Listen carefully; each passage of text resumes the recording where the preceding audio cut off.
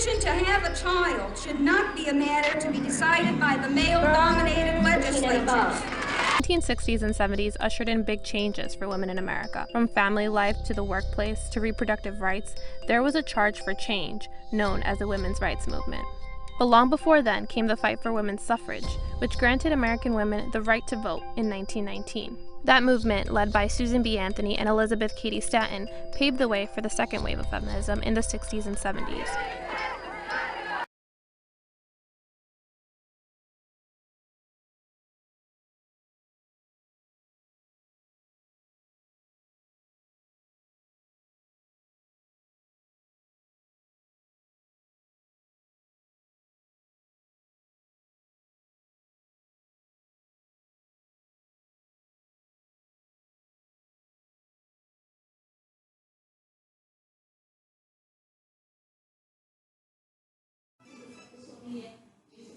Pernahkah kalian mendengar istilah feminisme?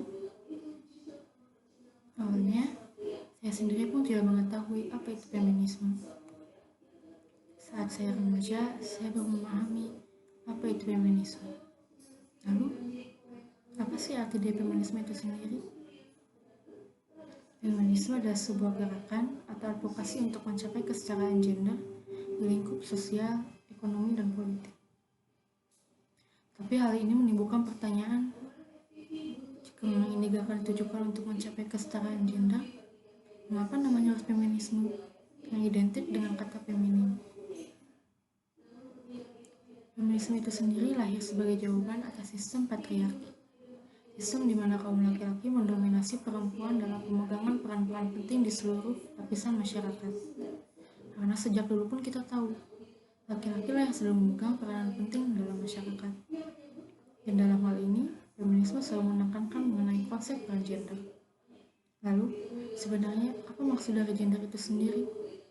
Gender adalah perbedaan karakteristik atau peran sosial yang diatribusikan kepada laki-laki dan perempuan.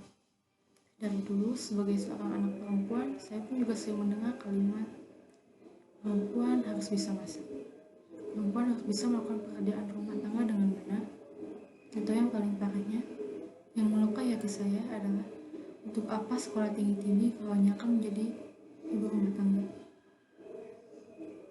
Dan baru-baru ini saya membaca sebuah buku karangan Chonamju yang berjudul Kim Jong Born 1982. Awalnya saya menganggap ini hanya sebuah novel biasa, tapi saat saya membaca lebih lanjut, ternyata buku ini berisikan pengalaman seorang wanita yang mengalami gangguan mental setelah mendapatkan gender discrimination dengan latar belakang di negara Korea Selatan. Dan setelah saya cari tahu lebih lanjut, memang benar, tingkat diskriminasi terhadap perempuan di Korea masih tinggi. Bahkan, menurut berita, buku ini cukup kontroversial karena dianggap menyuarakan gerakan feminisme.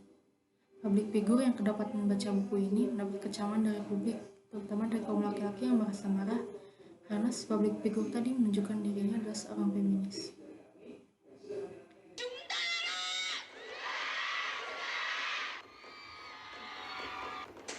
The organizers of the protest estimate that roughly 12,000 people took part in the first rally, which then jumped to around 22,000 on June 9th.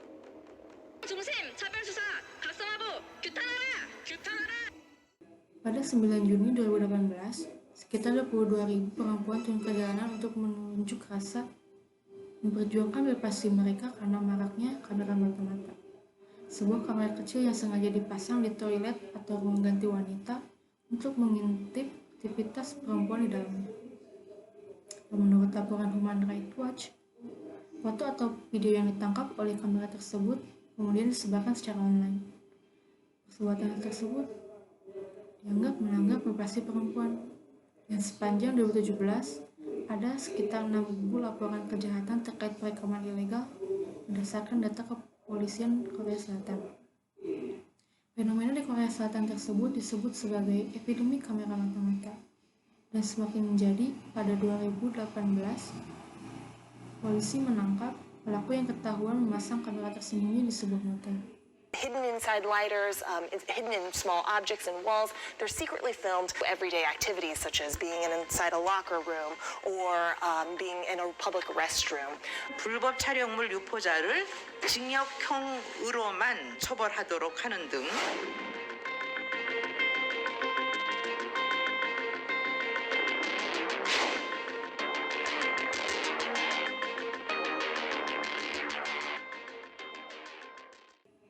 Perempuan ternyata dijadikan sebagai objek kekerasan seksual dan pelecehan seksual. Mirisnya, tidak hanya terjadi di Korea Selatan, bahkan di negara-negara lain dan di Indonesia sendiri pun sering terjadi hal seperti ini. Para tersangka seakan diwajarkan melakukan hal seperti itu karena mereka seorang laki-laki. Lalu korbannya, mereka disalahkan karena pakaian mereka dan perilaku mereka yang menjadi faktor tersangka melakukan hal tersebut. Diskriminasi dan pelanggaran hak asasi tidak hanya terbatas pada pekerjaan dan kehidupan sosial, tapi juga dalam karir dan politik. Paham feminisme pun dikecam habis-habisan oleh masyarakat konservatif. Padahal, feminisme tidak hanya tentang perempuan. Saya rasa ada banyak kaum laki-laki yang terjebak dalam stereotip mereka dan tidak bisa mengekspresikan perasaan mereka di depan umum. Bermain bola bukan hanya untuk laki-laki, atau memasak tidak hanya dilakukan oleh perempuan. Semua orang, semua gender bebas melakukan apa yang mereka inginkan dan ingin mereka lakukan. Semua orang bebas mengekspresikan perasaannya tanpa harus takut menerima kecaman dari luar. Tidak perlu takut untuk menyatakan bahwa diri kita adalah seorang feminis. Jadi seorang feminis bukanlah sebuah kejahatan. And I think it's right that women be involved on behalf in the policies and decisions that will affect our life. Especially, will given women the same respect as men. Let's make this world to be a better place for us.